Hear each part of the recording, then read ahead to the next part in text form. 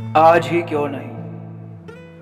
एक बार की बात है कि एक शिष्य अपने गुरु का बहुत आदर करता था। गुरु भी अपने इस शिष्य से बहुत स्नेह करते थे, लेकिन वह शिष्य अपने अध्ययन के प्रति आलसी और स्वभाव से दीर्घसूत्री था। सदा स्वाध्याय से दूर भागने की कोशिश करता था तथा आज के काम को कल के लिए छोड़ दिया करता था।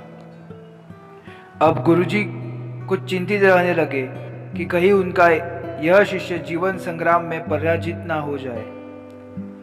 आलस्य में व्यक्ति को अकर्मण्य बनाने की पूरी सामर्थ्य होती है। ऐसा व्यक्ति बिना परिश्रम के ही फलोपभोग की कामना करता है। वह शीघ्र निर्णय लेने से भी कतराता है तो उसे कार्यान्वित नहीं कर पाता। यहाँ तक कि अपने पर्यावरण के प्रति भी सजग नहीं रहता और न भाग्य द्वारा प्रदत्त सुअवसरों का लाभ उठाने की कला में ही प्रवीण हो पाता। उन्होंने मन ही मन अपने शिष्य के कल्याण के लिए एक योजना बना ली। एक दिन एक काले पत्थर का एक टुकड़ा उसके हाथ में देते हुए गुरुजी ने कहा, मैं तुम्हें यह जादुई पत्थर का टुकड़ा 2 दिन के लिए देकर जा रहा हूं। जिस भी लोहे की वस्तु को तुम इससे स्पर्श करोगे वह स्वर्ण में परिवर्तित हो जाएगी। पर याद रहे कि दूसरे दिन सूर्यास्त के पश्चात मैं इसे तुमसे वापस ले लूंगा। शिष्य इस सुअवसर को पाकर बड़ा प्रसन्न हुआ, लेकिन आलसी होने के कारण उसने अपना पहला दिन यह कल्पना करते करते बिता दिया कि जब उसके पास बहुत सारा स्वर्ण होगा तब वह कितना प्रसन्न, सुखी, समृद्ध और संतुष्ट रहेगा। इतने नौकर चाकर हो गए कि उसे पानी पीने के लिए भी नहीं उठना पड़ेगा।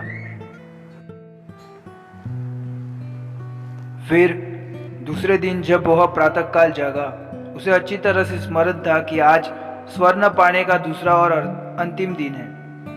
उसने मन में पक्का विचार किया कि आज वह गुरुजी द्वारा दिए गए काले पत्थर का लाभ जरूर उठाएगा। उसने निश्चित किया कि वो बाजार से लोहे के बड़े बड़े सामान खरीद कर लाएगा और उन्हें स्वर्ण में परिवर्तित कर देगा। दिन बीतता गया, पर वह इसी सोच में बैठा रहा कि अभी तो बहुत समय है, कभी भी बाजार जाकर सामान लेता आएगा। उसने सोचा कि अब तो दोपहर का भोजन करने के पश्चात ही सामान लेने के लिए निकलूंगा। पर भोजन करने के बाद उसे विश्राम करने की आदत थी और उसने बजाय उठ के मेहनत करने के थोड़ी देर आराम करना उचित समझा। पर आलस्य से परिपूर्ण उसका शरीर नींद की गहराइयों में खो गया और जब वो उठा तो सूर्यास्त होने को था। अब वह जल्दी जल्दी बाजार की तरफ भागने लगा, पर रास्ते में ही उससे गुरुजी मिल गए। उनको देखते ही वह उनके चरणों पर गिरकर उस जादुई पत्थर को एक दिन और अपने पास रखने की याचना करने लगा, लेकिन गुरुजी नहीं माने और उस शिष्य का धनी होने का सपना चूर चूर हो गया।